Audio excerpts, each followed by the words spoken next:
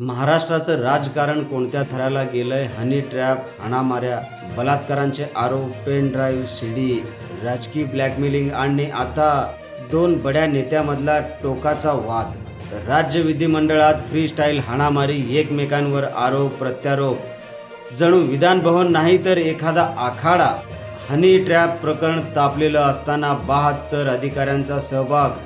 काही माजी व आजी राजमंत्री, पोलीस अधिकारी हे सर्व राजकारणाचं काळं सत्य बनून समोर येत आहे. मुक्त पत्रकार अनिल थत्ते यांनी गिरीश महाजन यांच्यावर गंभीर आरोप केले. एका महिला IAS अधिकाऱ्याशी घनिष्ठ संबंध असल्याचा दावा देखील केला. गिरीश महाजन यांनी या विरोधात मानहानीचा दावा ठोकण्याची धमकी दिली. मात्र त्यानंतर काय झालं? सगळं अचानक शांत का झालं? त्याच दरम्यान एकनाथ खडसे यांनी जाहीर केलं, माझ्याकडे एक पेन ड्राईव्ह आहे. अनेकांचं पितळ उघडं पडेल, पण ती पेन ड्राईव्ह कधीच बाहेर आली नाही. या सर्व गदारोळामध्ये प्रफुल्ल लोढा नावाचं एक कॉमन पात्र, ज्याच्यामुळे गिरीश महाजन आणि एकनाथ खडसे यांच्यात वाद भडकलेला आहे. गिरीश महाजन यांच्या एकेकाळचा कार्यकर्ता, राष्ट्रवादीपासून शिवसेना, भाजप, काँग्रेसपर्यंत अनेक बड्या नेत्यांसोबत ओळख, करोडोंची संपत्ती, अचानक आलेली श्रीमंती आणि आरोपी पिंजऱ्यात.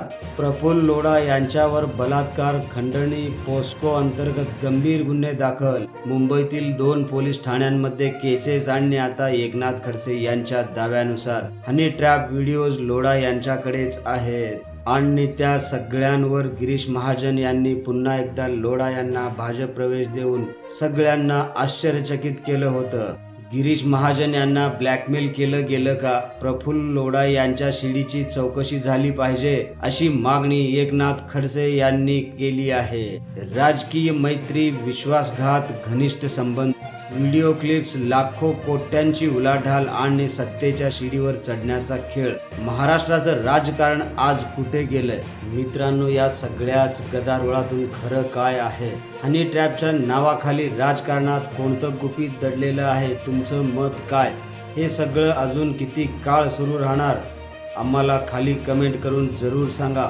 NGTV मराठी, सत्य तुमच्या समोर.